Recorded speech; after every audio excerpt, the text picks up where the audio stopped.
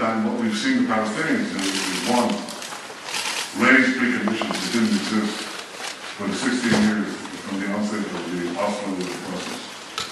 Two, incite their public and their people in their national media and by the official leadership in ways that are fully contrary to peace. Third, to promote the Goldstone agenda. And these are all contrary to peace. These all lead to the other direction. Israel has been trying to get the Palestinians to enter the negotiating tent. The Palestinians have climbed up a tree. They're not in the tent, they're not in the entrance to the tent, they're climbing higher and higher in the tree. And they like it up there. People bring ladders to them, we bring ladders to them. The higher the ladder, the higher they climb. And they say, well, you have to freeze the settlements. I never said that before. Then they say, well, you have to stop building in Jerusalem. Probably some of you live below in the outline. And then they say, well, you have to do borders or something. We could pile on preconditions forever. We could say, no, let's solve the refugee problem first. No, let's solve the Jewish state first. No, let's resolve all the security questions that I raised here, there are plenty others, first. And then let's begin negotiations. That's exactly what they're doing. You know that if I said this, you'd say this is absurd. This man doesn't want to really negotiate, he wants to stop negotiating. But the Palestinians are piling demand upon demand upon demand.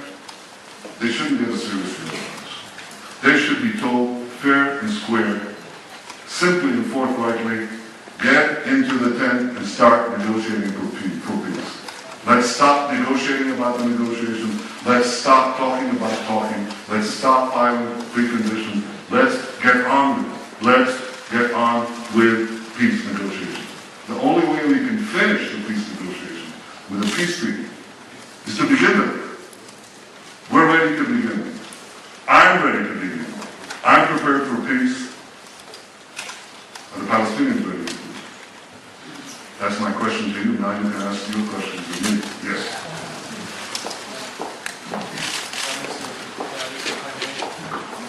We usually, traditionally, give the first question to the person with perhaps a thankless job of being the chairman of the Foreign Press Association. Since he took that responsibility upon himself, we traditionally give him the opportunity to ask the first question, pointing Mr. RTL Hall.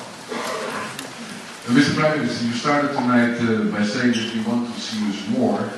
And we extend you our invitation as Foreign Press Association to see you around 6 months. Since you told everything tonight, we don't want it tomorrow, but around 6 months would be really fine. It'll cost you dinner. Anytime. My question is, there's a lot of confusion about the settlement issue. You were talking about tonight about restraining, before it was freezing the settlements. In the ground we see there is no change. Settlements are still built, they're still getting bigger, roads are still built, facilities are built, and in Jerusalem we see the tension rising because settlers get the free hand to do almost whatever they want there. What is your clear policy on the settlements, and isn't it important to be more clear on the settlements so that you get the Palestinians on the table? Well, first of all, we draw a clear line between Jerusalem and the settlements. Jerusalem is not a settlement, it's the capital of Israel, and we make no restraints in it, and not introduced anything, by the way, not only for us, but also for the Palestinian residents of Jerusalem. The mayor just issued a program for, I think, 500 units for the Palestinians. We, I think, issued a program for about 700 units for the Jewish neighborhoods. And we don't stop Palestinians from buying in the western neighborhoods, and we don't stop, this is private individuals from buying property in Palestinian neighborhoods. If we did, we'd be accused of ethnic cleansing. And we're not going to be accused of that, and we don't think anyone else should practice it either. So Jerusalem is an open city, it's a united city, it's an undivided city, and not only can individuals do it as they wish under Israeli law and jurisdiction, but also I think it's important that we treat the Palestinian or the non-Jewish residents of Jerusalem with the same fair and equal treatment that we treat the Jewish residents. So I hope they take up the mayor's program. There are different cultural patterns of domicile. There's a question of high rises and a question of other patterns. They like smaller houses and they like to, they're willing to add stories to it. There's a kid's garden right next to it. That would also save a lot of demolitions. This is what is happening in Jerusalem. In other words, in practice, life goes on, and there are no limitations, not on the Jewish residents of Jerusalem or on the Arab residents of Jerusalem. We have placed, however, limitations on settlement themselves in Judean Samaria. And we have said that there won't be any new construction for a 10-month period. The construction that was already in place or had already put foundations on the ground, we are able to continue. Beyond that, we don't allow new constructions for, it began as a 10-month period, still is a 10-month period, about 2 months of it elapsed. We continue to build roads, classrooms, other things that are required for normal life.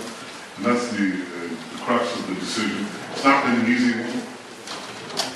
It's not made me more popular in some circles, and believe me, the people who expressed the discontent are not taking it. They're telling you what they're feeling. They're telling us what they're feeling. We said that we think that the fact that we've taken this unprecedented step, not my words, the fact that we've taken this unprecedented step, I think should disabuse anyone who thinks that Israel is not ready for peace. We keep taking these unbelievable steps for peace, and we keep being told, oh, but the Palestinians don't believe it, or this country doesn't believe it. Well, let's stop parsing out intentions. Let's look at actions. We have acted for peace, and it's time that the Palestinians act for peace as well. But they're perfectly free, and in fact, I invite you to look at the details of the cabinet decision and the decisions also taken by the Defense Ministry, the instructions